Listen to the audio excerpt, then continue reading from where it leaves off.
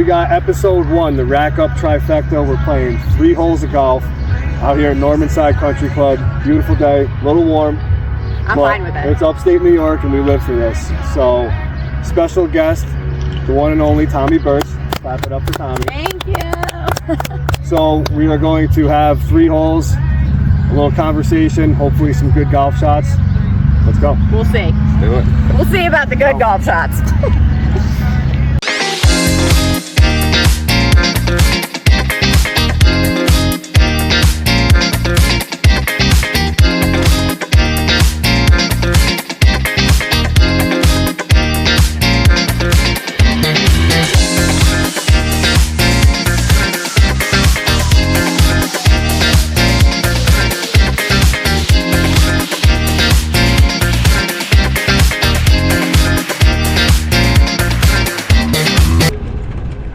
Alright, so we are off and running. Hole 1, going to our drive.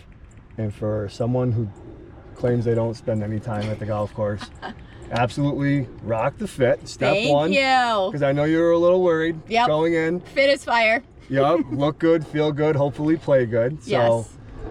I totally agree with that theory. Yeah. You gotta look the part, but also be authentic with it. So, you know, I had a little guidance about the concept, the athletic wear, and then I was like, all right, let me take that athletic wear and sprinkle a little Tommie on it. Yeah, I mean, I figured you had a good collection of athletic wear. Yes.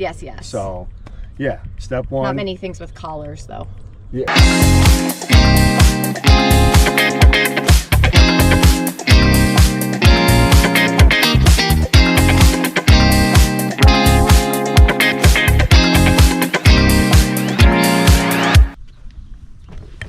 Am I going to use this one again? No, you're going to use your putter. Okay.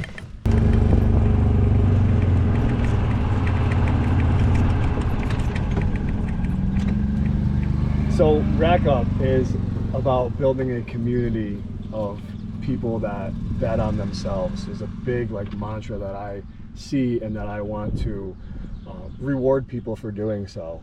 And I know you've done a lot of that in your journey. Yeah. What's your bet on yourself story, would you say? I had a bet on yourself moment when I had my baby and I really didn't want to go back to a 9-to-5, quote unquote. I was like trying to figure out childcare and I was like, honestly, I just want to be home with my daughter. So I knew I loved fitness and I, logically it's like, how am I going to make enough money teaching fitness to support what I needed to support? And I just had this gut feeling. I prayed about it a lot and I just was like, I gotta go all in. I gotta go all in on it. Let's see if it works. Luckily, I have a great support system. So, I wasn't nervous that I was gonna completely fail. Yeah. Nobody was gonna let me fall so hard that I couldn't get up. Right. So, and I did. And honestly, committing to that, opportunities just started to show up and I started teaching yoga and then I started teaching Pilates and then I started teaching bar and then I started teaching kids yoga and people just started asking, it was literally as soon as I committed to myself, opportunities started to come for me and it was awesome. Yeah. That's another thing I think is important is that first step is the hardest one to take and then it gets easier the more steps 100%. that you take. Yeah. Yes. So that's a big thing that I think in my personal life and what I've built. I have a real estate portfolio that I did and still do, and I didn't know what I was doing one bit in the beginning, and I still don't to a large degree. There's still so much more to learn, but if you just keep thinking about it and never start doing it, then you'll never take that. You'll first never step. do it. And I think that's true for a lot of things. I mean, fitness. I think there's a big, maybe people are intimidated by taking that first step and they don't understand that that community that they're going into is clapping for them and they're not judging them. You know what I mean? I think that's a big thing that people need to, learn. And just get over that initial fear. Yeah. Yeah. Absolutely. Go all in.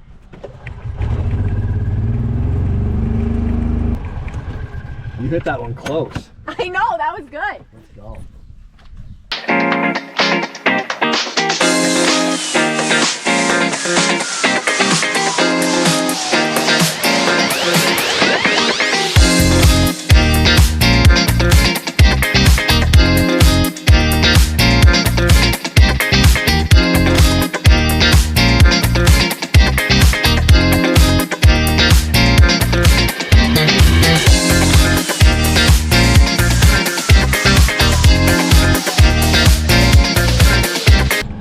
you are fresh off Visionary of the Year campaign. Yes. I'm sure that was a roller coaster, probably to say the least. Yes. So when you first got, is that nominated? Is it's that how nominations, yeah. So when you first got nominated, do you think it played out the way you thought it was going to? Like, how was your vision and how did it really, like, did it play out pretty similar to how you thought? Yeah, I think so. I did have a very high, like, I thought I was going to be able, I was like, this is going to be easy breezy. Like, it was a lot more work than Sure. I was like, I can do this. I've planned events. I've done this. I've done that. But it's definitely very time, what's the word I'm looking for? Time consuming. Yes, time consuming. Yes. And you know, it's a lot, and you're talking to a lot of people. It's a lot on the social battery, for sure. Yeah. On top of trying to be a parent and working and seeing my actual clients and my teaching my classes and all that stuff. So it was just the energy. By the end, I was like, okay. But I will say it was so worth it. I would do it again, knowing exactly how it all played out. I think it was just such a good experience, and I met some awesome people. Met you. Right. I met a lot of people who are just, I think, going to play a big role for me. So I think it was really good. Yeah. And it feels good to do something good. Yeah, you know? Me and Carl were grateful for the opportunity to join Team Tommie with our driver raffle.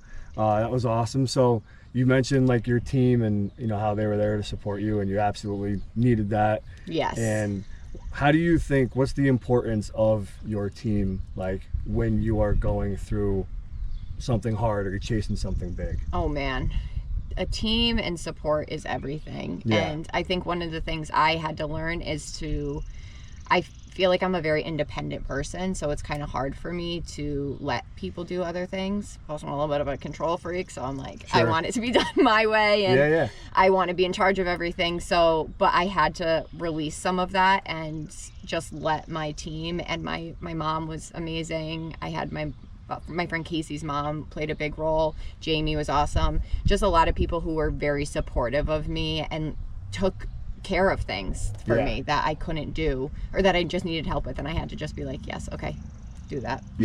Help. I have found, and I'm still finding that out with trying to build RackUp like I am now, that leveling up is a lot less challenging when you have others who are also trying to do the same thing. Yes. You know, when everyone's got that mindset of like, you know, we're in this together, how can I help you? And that community just you know, it amplifies things. Definitely. And I think recently I realized the power of being around people who want the same things as you, who want to grow, who want to do these things, and making sure that you're selecting who you're spending your time and energy with wisely, because if you just stay in the same spot and you get complacent, you aren't going to have that drive to grow, that support system to grow, that motivation to grow, watching other people succeed and do things and have the same morals and integrity and values that you have. Yeah, I think everything kind of feeds off of each other. Yeah. When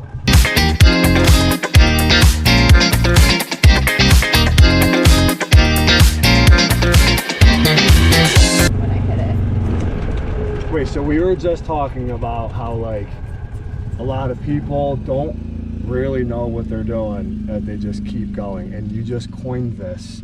I saw it on Instagram. It's clusterluck. A clusterluck. Love that. Yeah. I saw that and I'm like, wait, that's what I do. It's so funny. Like, I'll chat with my wife about like things that I have, like my ideas, and I'm like, I can't even get them out of my head, but I know that they're gonna work. Cluster, Yeah, and like my wife's like, I don't really know what you're trying to do, but like I trust you. Go ahead. Like, yeah, same. I don't know what I'm doing either, but so yeah, that was funny. I saw Thank you. I think that's maybe misconceived too, is that a lot of people may just assume people know what they're doing. And yes, definitely. Like once you get going, I think you have a path, but like when you don't know yet, you just don't know. Yeah, one of the things people are always asking me, they're like, what's the first thing that to do XYZ, to start a business, to write a book, to do all the things? And it's so funny because it's the simplest thing. I Google everything. And I know now people use like AI, but utilizing just like, you can find anything on the internet. Right. So I Googled how to start an LLC in New York State and just followed the steps. And I was like, okay, that's done.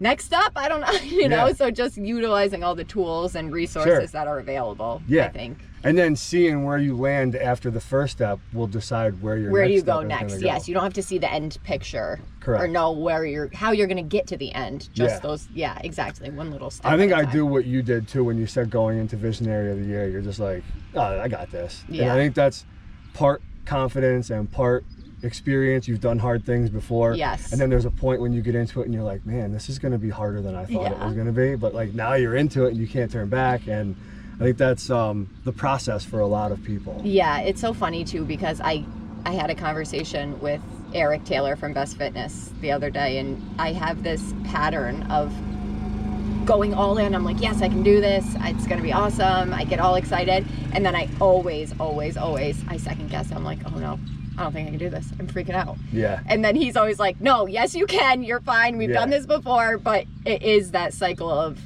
At first I'm all gung-ho, and then I get scared, and I'm like, oh man, maybe I should back out because I'm scared of failing. I don't want to disappoint anybody. I don't want to fail at anything. So you need people, the support to be like, go through. You got this. Yep. You're going to be all right. He was cracking up yesterday because I do this every time. We have a big plan, and I'm all in. I'm like so excited, and then I freak out. You're all right. Simmer down. I think I have like freak out moments, but they're like, it's like too late. Like you can't, you know what I'm saying? Like I'm already way into it. You're like, well, guess I'm figuring it out now. Yep.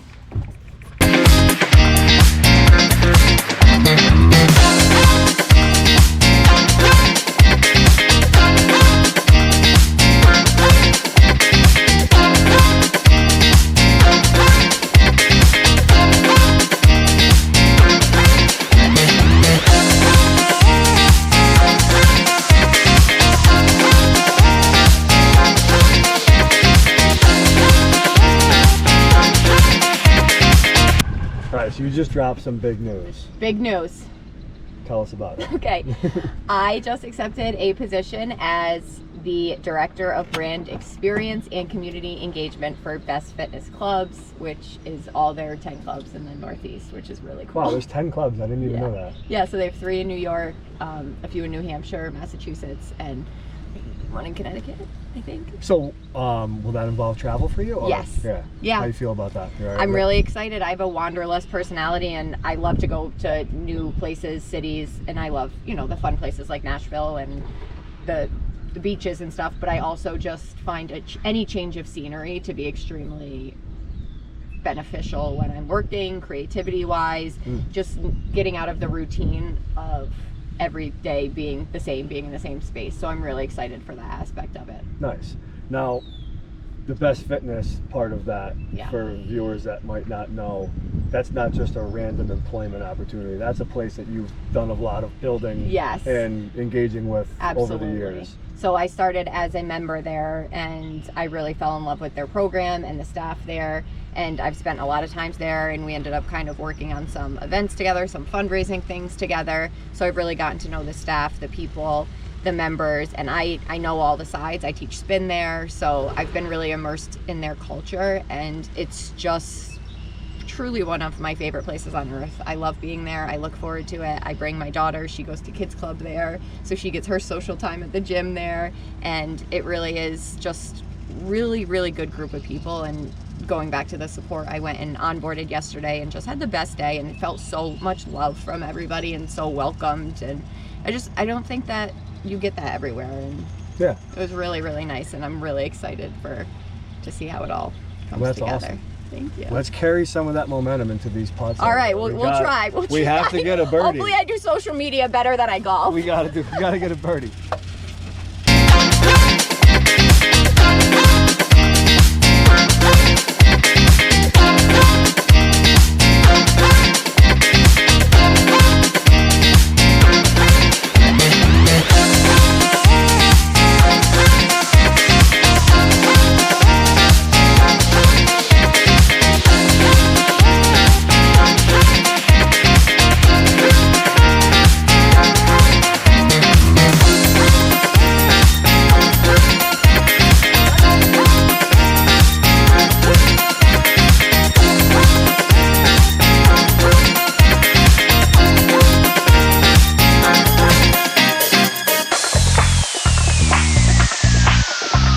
one moment that sticks out to you across the whole Visionary of the Year thing, campaign? Do you have one? One moment that sticks out to me. Putting you on the spot right now. I know. I think it was actually before I started. I had already committed to it, but the campaign hadn't started yet. And I had just put something on my social media about how I was gonna run. It hadn't picked up yet, whatever. And my friend Alyssa messaged me. And if you don't know, Visionary of the Year is for Blood Cancer United, which used to be Leukemia and Lymphoma Society, LLS, which is a recognizable nonprofit, but they just rebranded to Blood Cancer United. And she texted me and she's like, Tommie, I just saw your video. My little brother was just diagnosed with lymphoma. And in that moment, I was like, any fear I had, I was just like, whatever. This is worth it to me to do it. Like, I'm helping. I'm sharing a message. I'm supporting someone right here in like my one of my good friends' little brother. He's like 24, and he just finished his last round of chemo. So it was kind of like during the process, he was going through treatment, and he just finished his last round. So wow, yeah, he's doing really well. That's awesome. I know. I'm so excited. That's cool. So yeah, that to me was. I'd say that's a pretty cool moment. Yeah, it was a good moment. Yeah. 5. Okay, I got you. So another question I just thought of. Okay. You said you thought you'd be famous for this moment, and you had the Visionary of the Year moment, and then you said, what I'm actually famous for, karaoke. What song were you singing? That one, I was singing Ja Rule and Ashanti. I was mesmerized. Wow. That's got to be a tough karaoke song. Did you nail it, or? Yeah, I was doing it with Sam, who was another Visionary candidate, and he kept singing the girl parts, and so I was Ja Rule. Wow. It's like, Sam, you have to do the Ja Rule the old part. switcheroo. Yeah.